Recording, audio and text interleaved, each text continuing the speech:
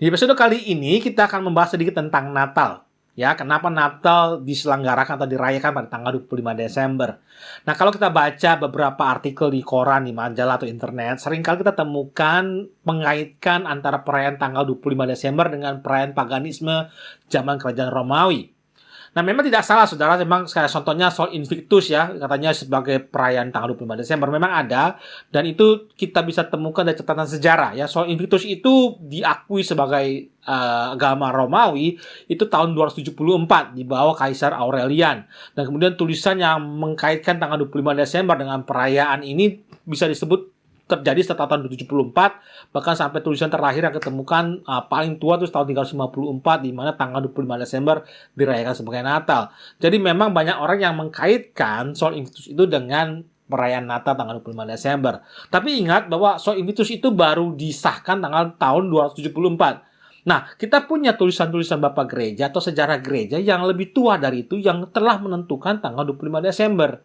Ya, jadi bukan karena tanggalnya tidak sama, ya, tidak diambil dari Sol Invictus. Mungkin perayaannya bisa lah, ya, perayaan seperti Ponata segala macam bisa. Tapi tanggalnya itu sebelum Sol Invictus ada disahkan, telah ada tanggal 25 Desember dari sejarah gereja. Kemudian juga ada yang bilang mungkin sama dengan Saturnalia atau Winter Festival, atau bisa dibilang sebagai festival pertengahan musim dingin ya. Tapi festival ini ternyata tidak jatuh tanggal 25 Desember. Itu dimulai tanggal 17 Desember sampai tanggal 23 Desember. Jadi tidak pas tanggal 25 Desember. Nah, sebagai contoh pembanding misalnya, tulisan Bapak Gereja di abad pertama dan kedua, ya kita menemukan tanggal-tanggal 25 Desember dikaitkan dengan tanggal kelahiran Kristus. Misalnya tulisan dari Hippolytus ya, dari Roma, yang waktu dia menuliskan komentar kitab Daniel, dia menuliskan bahwa Yesus lahir 8 hari sebelum kalender Januari atau 25 Desember kalau kita hitung seperti itu. Kemudian juga tulisan-tulisan dari Bapak Gereja seperti Theophilus, Hippolytus, dan juga dari Paus Telephorus yang menuliskan bahwa adanya Christmas Mass on Christmas Eve. Jadi adanya misa Natal di malam sebelum hari Natal. Jadi telah ada tradisi gereja yang merayakan tanggal 25 Desember itu. Nah, jadi dari mana tanggal 25 Desember ini? Sebab kan tidak ada di Alkitab tanggal 25 Desember. Dari mana kemudian gereja bisa menentukan tanggal 25 Desember? Nah, sebelum saya bahas ke sana, saya mau tegaskan dulu bahwa yang terjadi ini kan di abad pertama dan abad kedua. Tentunya sejarah dan ilmu pengetahuan itu tidak sama dengan yang kita punya sekarang. Jadi kita tidak bisa pakai kacamata kita untuk menentukan tanggal seperti tanggal lahir. Ada dokternya, ada akte lahirnya. Nggak bisa seperti itu, saudara. Oleh sebab itu kita harus menggunakan kacamata zaman itu. Nah, di zaman itu, di abad pertama dan kedua, tradisi Yahudi mempunyai suatu tradisi atau cultural ya, sebuah budaya yang sering mengkaitkan tanggal kematian seseorang dengan tanggal pembenihan, ya. Nah, bisa contoh misalnya di budaya kita juga ada ya, orang Jawa, misalnya kalau saya tidak salah, hari lahir sama dengan hari kematian, atau ada juga budaya-budaya tradisi lain yang sering mengkaitkan hari kematian atau tanggal bulan kematian dengan bulan kematian misalnya kelahiran. Jadi budaya ini tidak solely untuk orang Yahudi saja. Banyak juga dari suku-suku lain juga mempunyai tradisi yang sama. Nah, di tradisi Yahudi zaman itu mengkaitkan tanggal kematian dengan tanggal pembenihan, ya, pembenihan terjadinya proses kelahiran.